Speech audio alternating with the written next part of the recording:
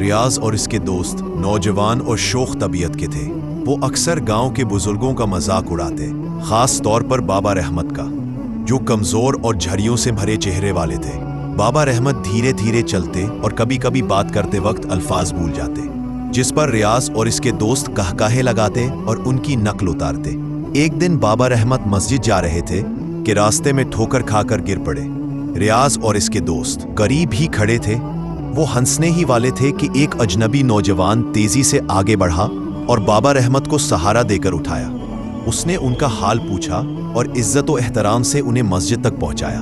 یہ منظر دیکھ کر ریاض کے دل میں ایک عجیب احساس پیدا ہوا۔ اسے شرمندگی محسوس ہوئی کہ وہ ہمیشہ ان کا مذاق اڑاتا رہا، جبکہ اصل انسانیت عزت اور مدد میں ہے۔ اس دن کے بعد ریاض نے بزرگوں کی عزت کرنا سیکھ لیا اور گاؤں میں ہر کسی کے لیے ایک مثال بن گیا۔